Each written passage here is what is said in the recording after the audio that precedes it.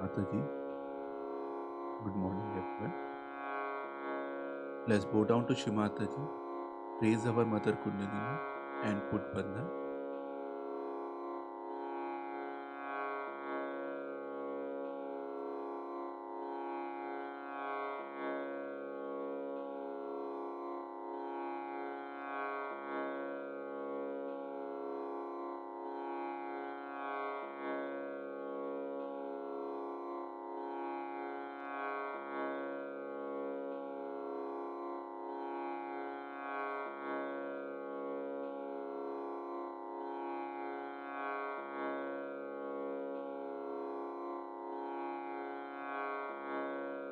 Ganesh Mantra.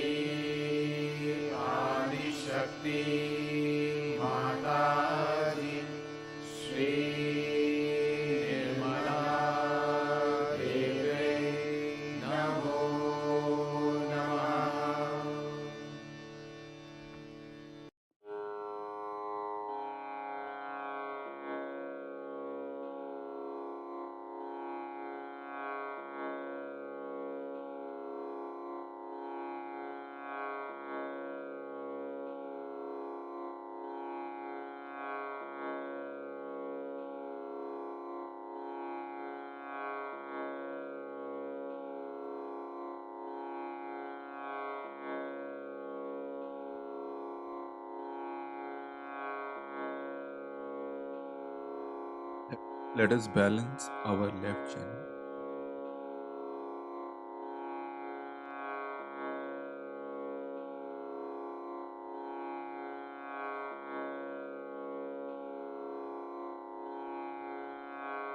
Shri Mataji, you are Sakshat Shri Mahakali. You are Sakshat Shri Ganesha.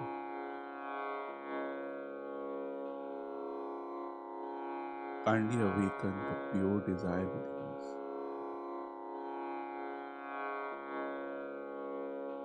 Remove all the imbalances on our left channel through the Mother Earth.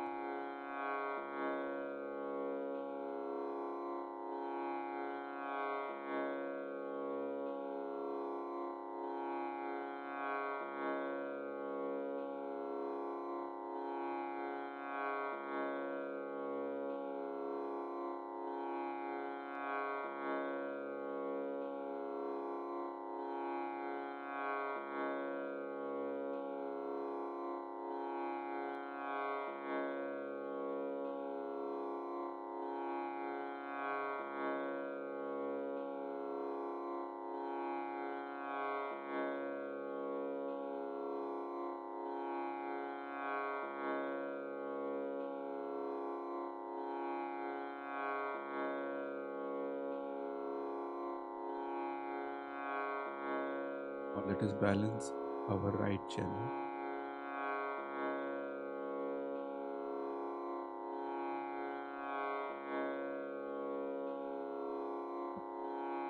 Sakshat Shri Mahasaraswati. You are Sakshat Shri Hanuman.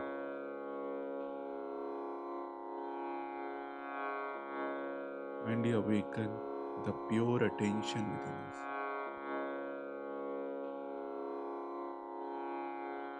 Kindly remove all the imbalances on our right channel through the sky ether element.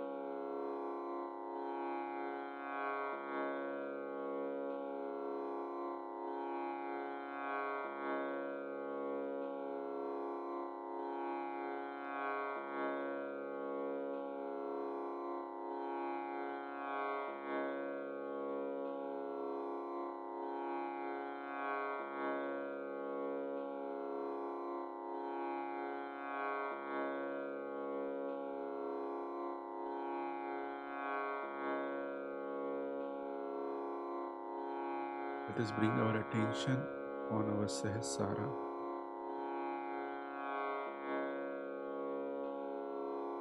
Mataji, kindly bring us into complete balance.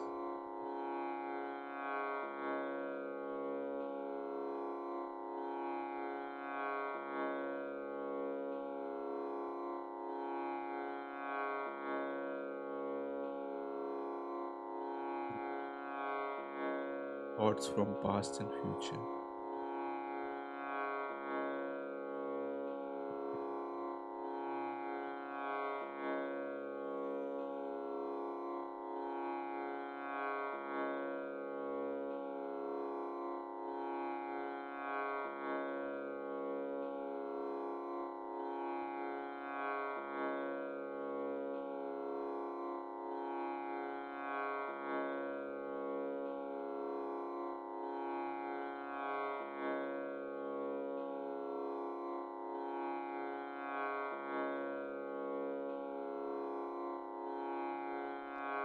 Let us listen to Shri Mataji's speech.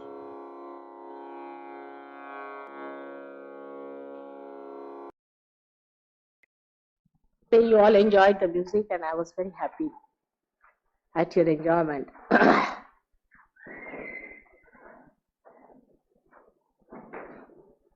Music plays a very dynamic role in human life. One has to understand that. One of the mysteries I was describing to you last time. Also created by Nad, they call it Nad. You can say the Logos or the first sound, the Om, the Brahma. The sound, first time, the sound that was created when the primordial mother or the primordial power of divine love, the power of God separated from God Himself. God was the witness of the play of the divine power. There is no difference between the two. God Almighty and His power are just like the sun and his rays. For us, for human beings, it is impossible to conceive the mystery. Moreover, in our ego, we think that we can understand Him. Is another mystery for me. But to me, it's a very sweet thing to see that human beings trying to comprehend the mystery of God. It's like a little child trying to understand the table work of his father. Or could be much more. But this sound, the first sound, which is described as also Logos, I believe, is the sound of this primordial power, of this divine power, that has created the whole universe. Now one may say that how are we to believe that this sound exists? Of course, one should not believe. But whether you believe or not, it exists. So why not discover it? Instead of discarding something, why not discover it? It's a better way of looking at things. You should keep yourself absolutely open and see for yourself if it is true or not.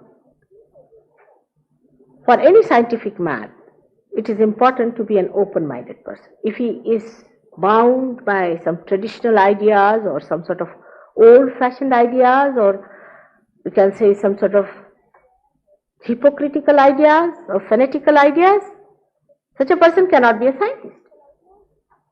For any scientist, it is important to be a very open-minded man, objective and not subjective. You remain subjectively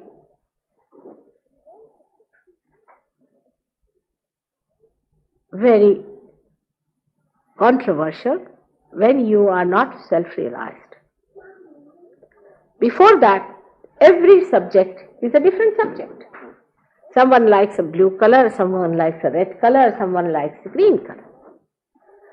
Someone likes to eat ice cream, someone likes to eat something else. Everybody is a different person subjectively.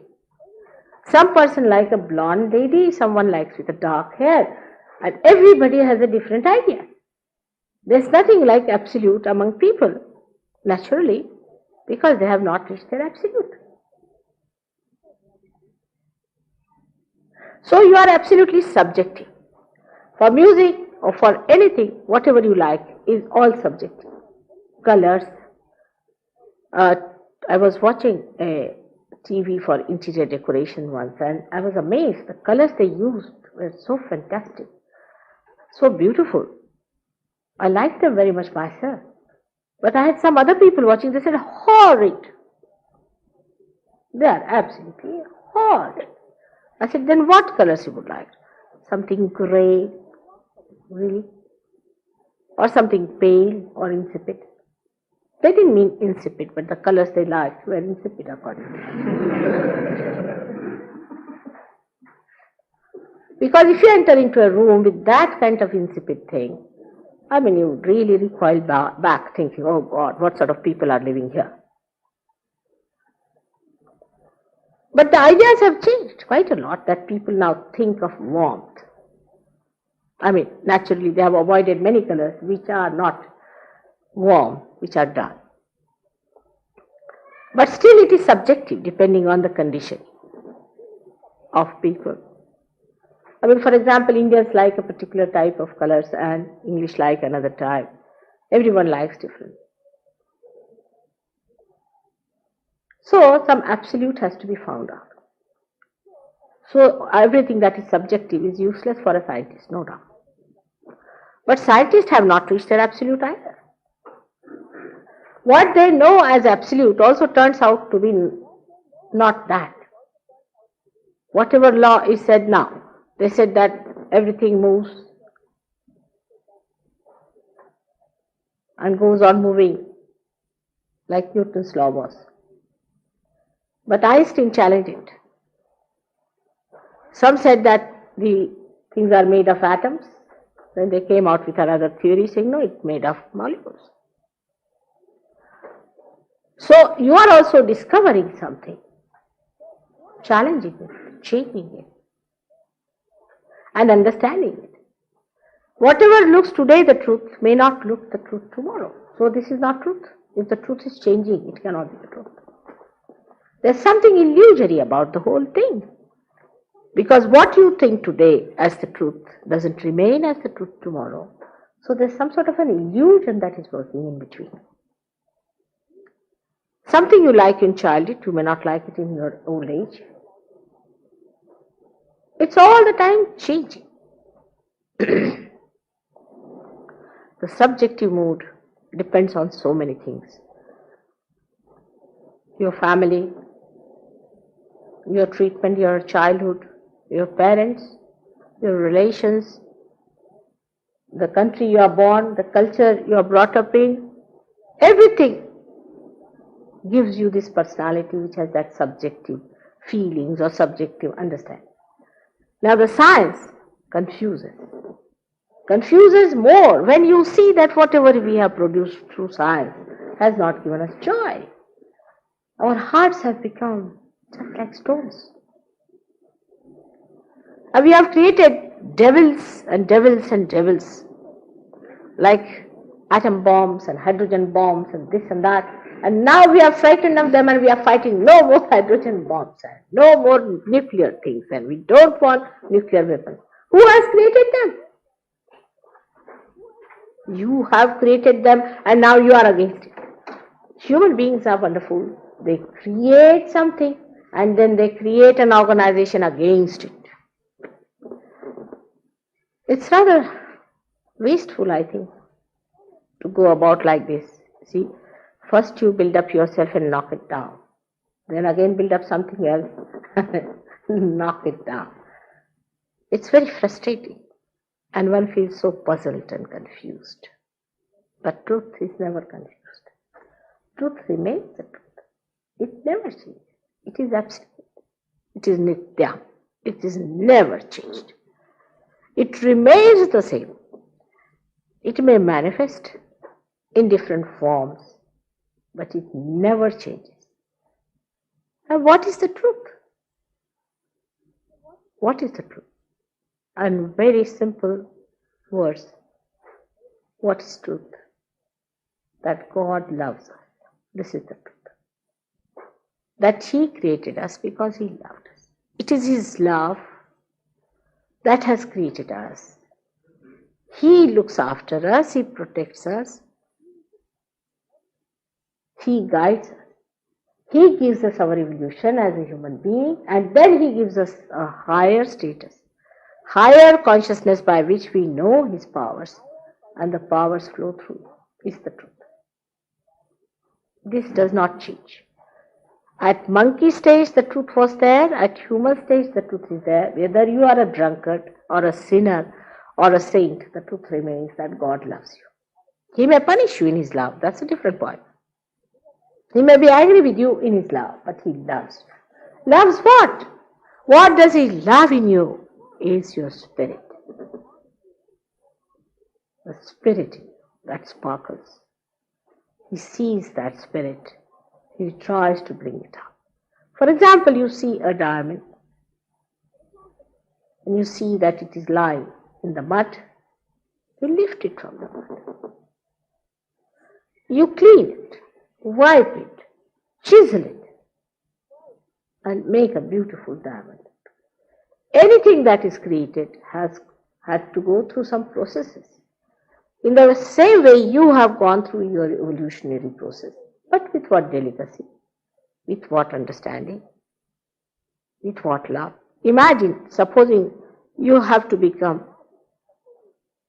a monkey suddenly. How would it be? Very painful, won't it be? And extremely embarrassing too.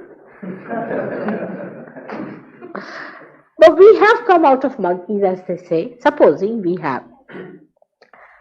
Then it has happened without our knowledge, without any embarrassment. I mean, imagine a monkey suddenly becoming a human being, losing his tail. He must be feeling quite nervous about the whole stuff. That he cannot jump from tree to tree. He cannot behave like the monkeys do. I mean, it's rather difficult, isn't it? And to create this beautiful thing called as human beings without any pressure on it, without any effort on it, without any money load, because they say interest rates are very high, obviously. God knows if he had charged you money like the gurus are charging you to become human beings from monkeys to this stage, I don't know how much you would have paid off.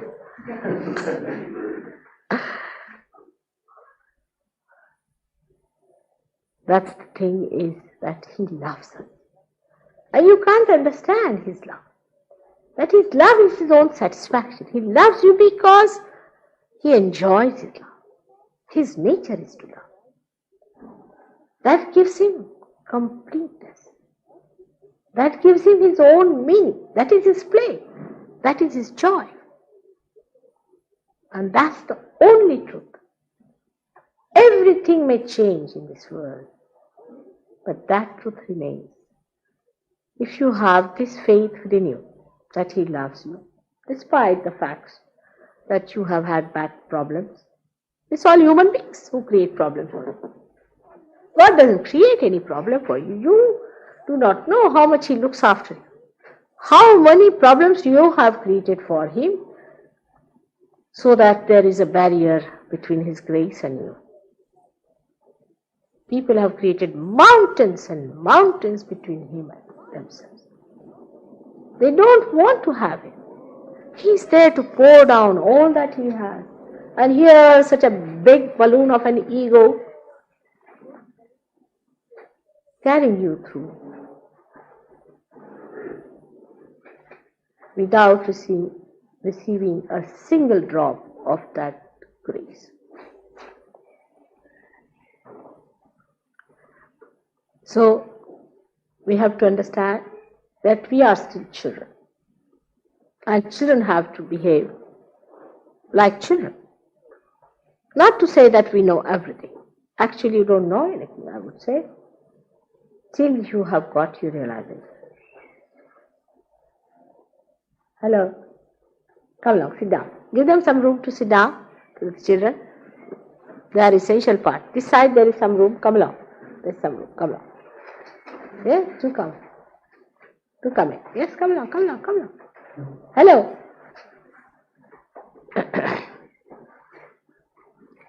His love never changes. Then his love is victorious. Victorious. It surpasses all the efforts of human beings to lose. Everything we do, everything that is possible under the sun, to make him unhappy, frustrated, angry. Whatever good he does to people, they will turn it into something nonsensical. Say, for example, give them money. Let them have some Lakshmi's prasad. It's to let them have some money, some well-being, material. That's the best way to ruin people. Give them money and they are out for breaking their heads. Absolutely. You give them the power. Any power you give them, political, economic and other sorts of social, finished. They know how to break themselves, completely destroy themselves. The whole wisdom works out at destroying your attention, your holiness, your innocence, your beautiful being that has been created with such tender care and love. This is supposed to be freedom, liberated. With this kind of mess, it's rather difficult to make the children understand that you are destroying yourself. So they have to have some shocks. You tell a child, don't put your finger in the plug. But if you say don't put, that must go. It's a sort of a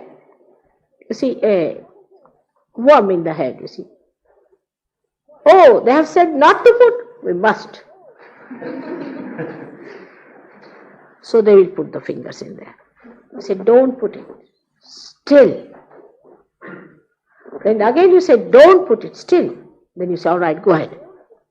And then they get a shock. It can be serious. But what to do? They don't want to listen to it. I can understand children. And some very old people are like that. I've had very funny experiences of old people also. We had a gentleman here, a high commissioner, long time back. Indian people have a speciality in appointing very old people as ambassadors. Shaky, I don't know. Americans also do that. And this gentleman was standing next to another gentleman whom we knew very well. So we went there and he said, me, Mr. Gupta. I said, look at that, this fellow's name is something else. Say his name was, we can say, Mr. Nothing to do with Gupta, but Varma. So he says, sir, I'm sorry, my name is Mr. Varma. He said, what did you say? You mean I said wrong? I said, not that, sir, but my name is Varma. So another fellow comes in. He says, please meet Mr. Gupta. He says, sir, I'm sorry, my name is Varma. He said, you mean to say I am telling it wrong? What do you mean by this? I said, sir, but my real name is Varma. Everyone knows me. Doesn't matter. You mean I am telling you wrong names? Then another fellow comes. He said, now meet Mr. Gupta. So the gentleman said, but I know him. He is not Gupta. He is Varma. How do you say Varma? But because I say he is Gupta. In the same way, the children are obstinate. It's all right. But what about the in-betweens? The people who are grown up, who are mature, who do not suffer from senile decay, are supposed to be sensible, at the helm of affairs, very responsible people. You see them and you don't know whether to put them as children or senile, where they stand. One can't understand their obstinacy and their stupidity. The way they deny all that is divine, all that is beautiful, and just run headlong towards ugliness and unholy, inauspicious. And then they end up with something tremendous that has no chance for them to return. Something horrifyingly powerful that engulfs them. So, for us it is necessary to understand. Basically, when you come to Sahaja Yoga, you must have your wisdom intact. If you have no wisdom, it's going to be very difficult. I have seen people walking out of lunatic asylums and coming to Sahaja Yoga because the door is open to anyone who wants to come here. It's free too. Anybody has no place to go anywhere, they come round here, or they go to some cinema show, they didn't get the tickets, can come and sit down here also. Possible. There could be all kinds of people coming down from all kinds of places.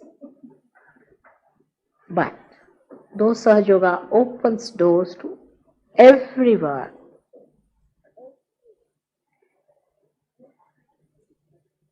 how much do you open your doors to Sahaja Yoga is more important. That is what is wanted. It's the wisdom. Wisdom to understand that we have not found the truth and we have to find it. And that must happen to you. There cannot be any brainwashing about it. There's no other way but the actual happening, the becoming, that has to take place. But you cannot demand anything here. No. It's a humble ask for that happen. You have to ask for it. It is to be judged by your Kundalini awakening, how much time you will take, how far you can go. Without that, we just can't say. You see, there are people, can you give me realization in 5 minutes, mother? On the phone, I hear the voice. I hear the vibrations. Oh God. I said, can you come tomorrow? Then will you give me in 5 minutes? I said, then can you come day after? I know I can't give in 5 years. Because vibrations are hard. I have to work. I have to work for that person. Then he calls me. I said, come now today, my child. Mother, give me my realization. It's the attitude, very important. If you have aggressive attitude, Sahaja Yoga doesn't work out. You are all welcome. You are welcome in my heart. There where the rebirth takes place, no doubt. But you should value the love of God and should know that He loves you. And you have to be humble to receive it. That the grace should flow on you, that you should be gracious to receive it. Imagine you go to some place as a guest and there a big dinner is laid down and you go with a big thump on the table and you say, how dare you do this? Then they'll say some lunatic has walked in, they say, oh, get out. That's exactly what happens to many people who come down. In Sahaja Yoga, you have to have a balanced sanyata, balanced wisdom. Wisdom that gives you a balance. If you keep that for a month, I'm sure you'll establish yourself fully. And it will work. It's your own. It's for yourself. You have to have it. You have every right to have it. I agree. Everything is yours.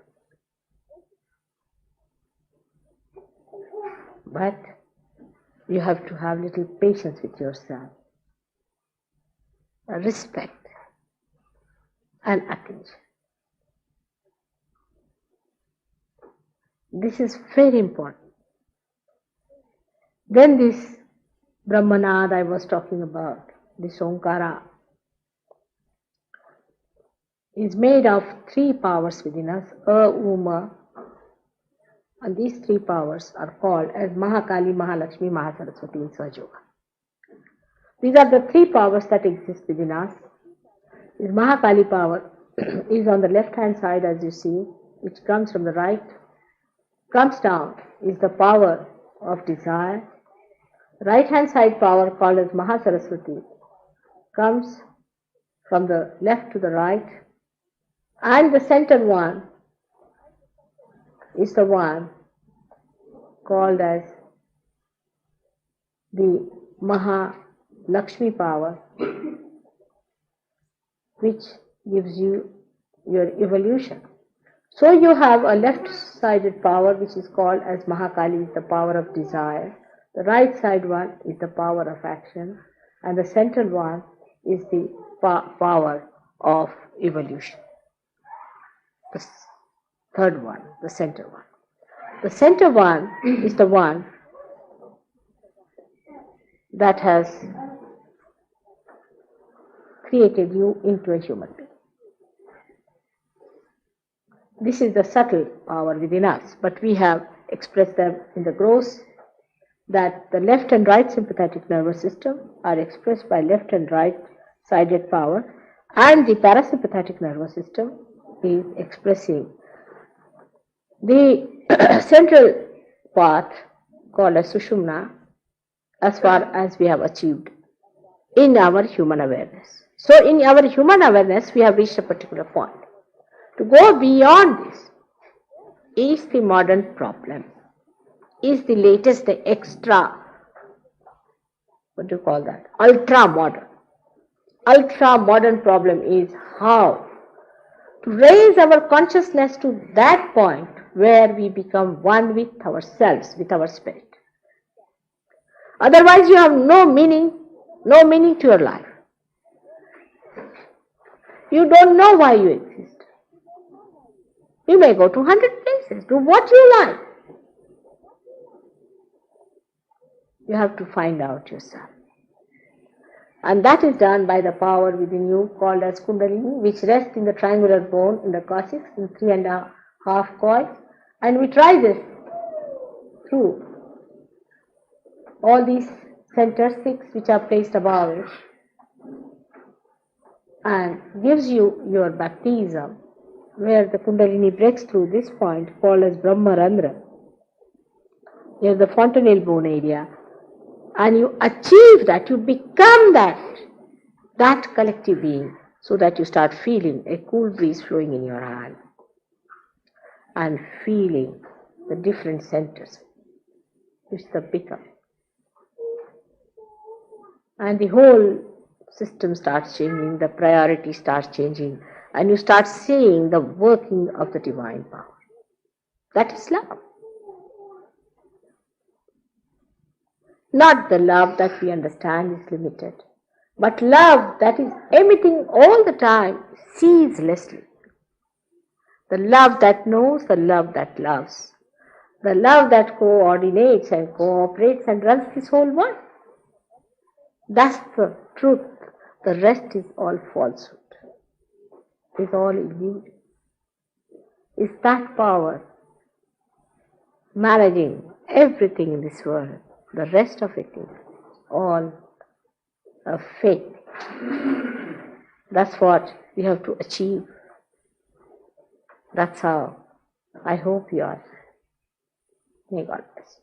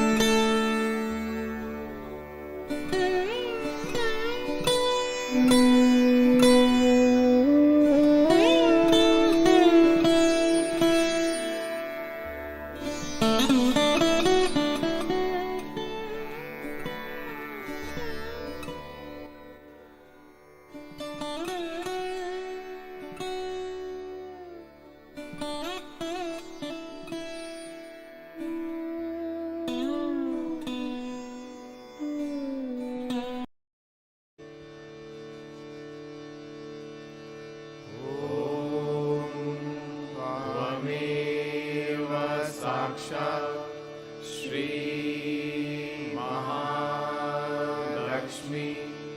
Mahasaraswati Mahakali त्रिगुणात्मिका kundalini साक्षात् श्री आदिशक्ति माताजी श्री निर्मला देव्यै नमो नमः। ॐ त्वमेव साक्षात् श्री कल्की साक्षात् श्री आदिशक्ति माताजी श्री निर्मला देव्यै नमो नमः। ॐ त्वमेव साक्षात् श्री कल्की साक्षात् श्री सहस्रार स्वामिनी मोक्षप्रदायिनी माताजी श्री निर्मला देव्यै नमो नमः।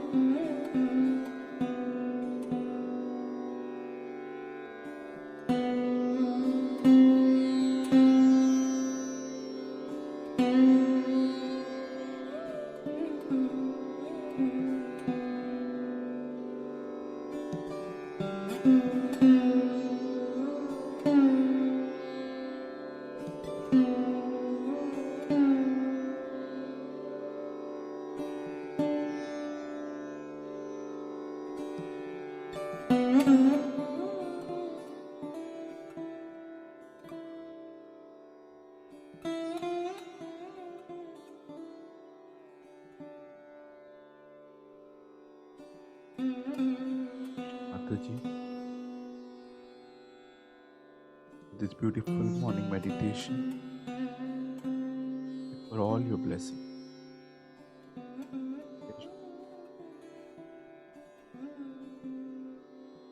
Just bow down to Shimataji and take Bandhan.